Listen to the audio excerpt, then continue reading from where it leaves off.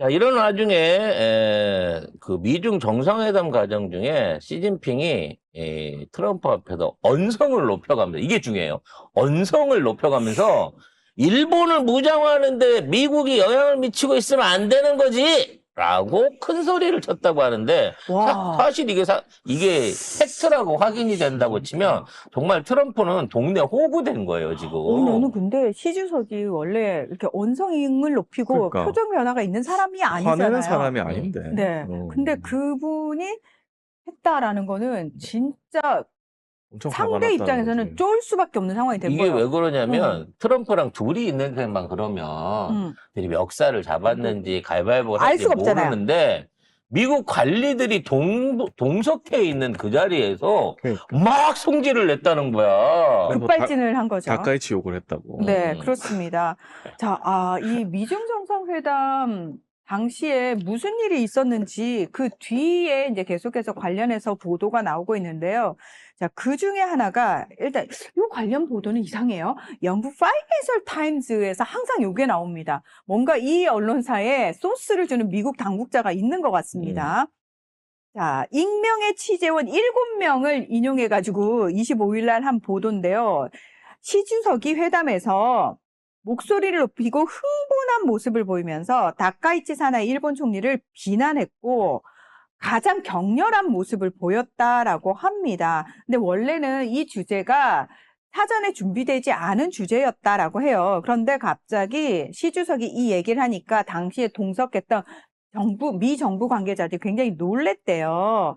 놀랬는데 여기에 대해서 다카이치 총리와 일본의 국방비 증액을 강하게 비판하니까 트럼프 대통령이 북한의 위협이 커져서 일본 정부가 안보에 더욱 적극적인 태도를 취할 수밖에 북한 없었다라고 핑계를 얘기를 냈단 말이야? 했대요.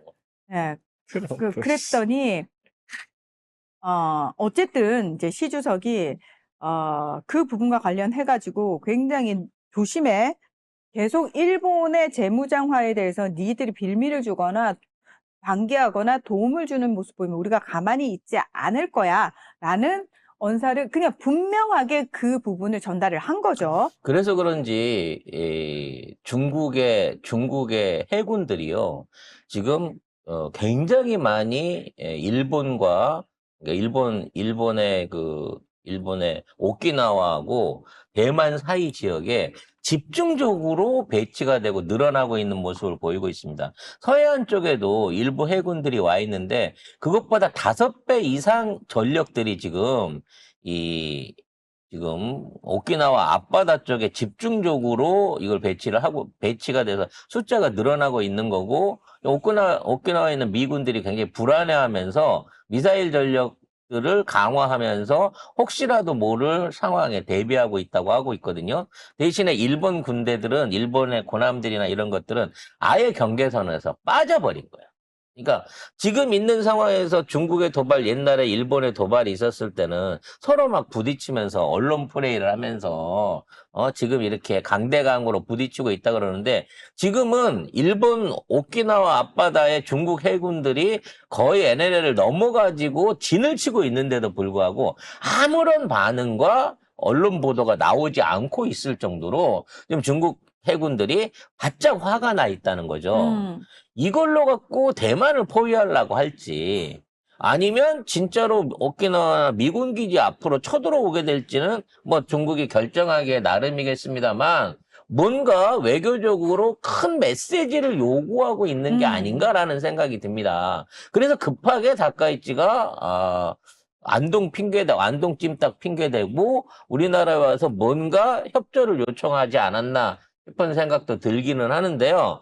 아무튼 지금 있는 상황에서 중국의 자신감을 생각했을 때 일본의 항복을 받아내지 못한다고 치면 뭔가 일본에게 외교적으로 큰 피해를 줄 수 있는, 그러니까 일종의 모종의 해양 국지전 같은 형태가 일어날 수 있을 때까지 아마도 이번 작전의 전개를 몰아붙일 생각이 아닌가라는 생각인 거고, 이 얘기는 결국 미국을 앞세워가지고 니네 조용하게 이번 사태 끝내고 대만 문제에 대해서 별다른 얘기를 하든지 아니면 일본 쪽을 압박해갖고 어떤 형태로든지 그동안 지금 뭐 영유권 문제가 됐든 뭐가 됐든 일본의 태도가 바뀌었다 내지는 중국의 입장을 인정한다라고 하는 일본의 메시지를 먼저 내놔라라는 식의 압박이 시작되고 있는 게 아닐까라는 상황도 요거를 어느 정도 짐작해 볼 수 있게 만듭니다.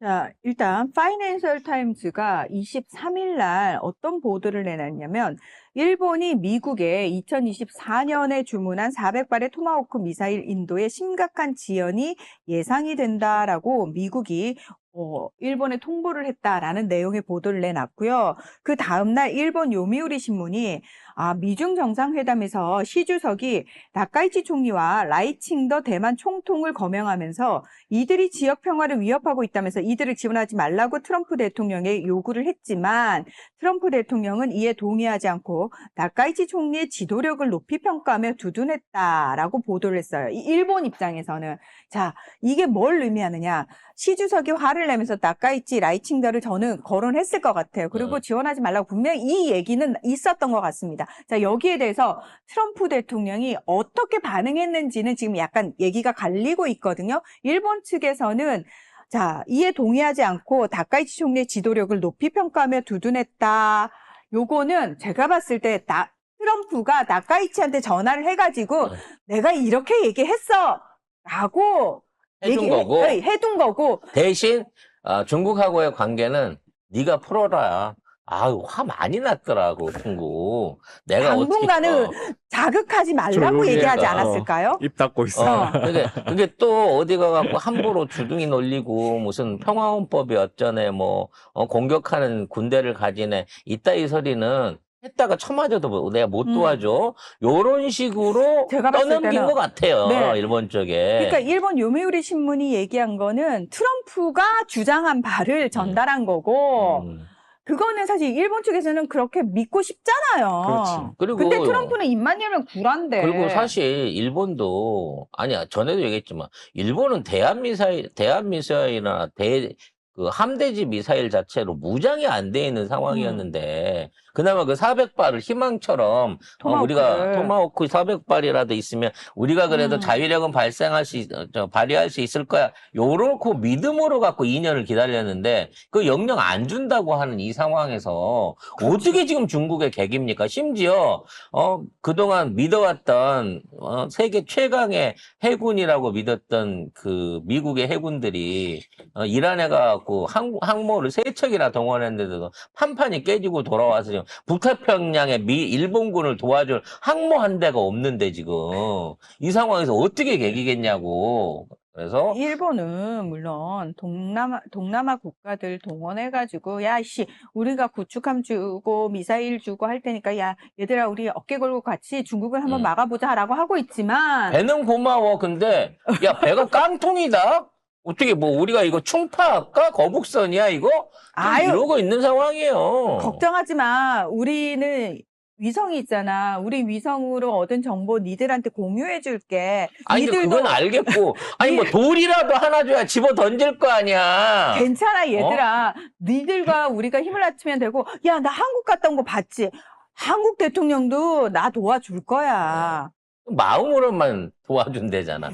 열심히 하시라고 응원만 한대잖아. 우리 대통령은. 나 믿지 얘들아. 나 다카이치야. 나 지지율 높아. 국내 지지율 떨어지고 있던. 아니야 높아. 높아. 니들이랑 함께 할 거야. 우리가 정보도 줄 거야. 니들이 얻은 정보도 우리한테 줘. 같이 막는 거야.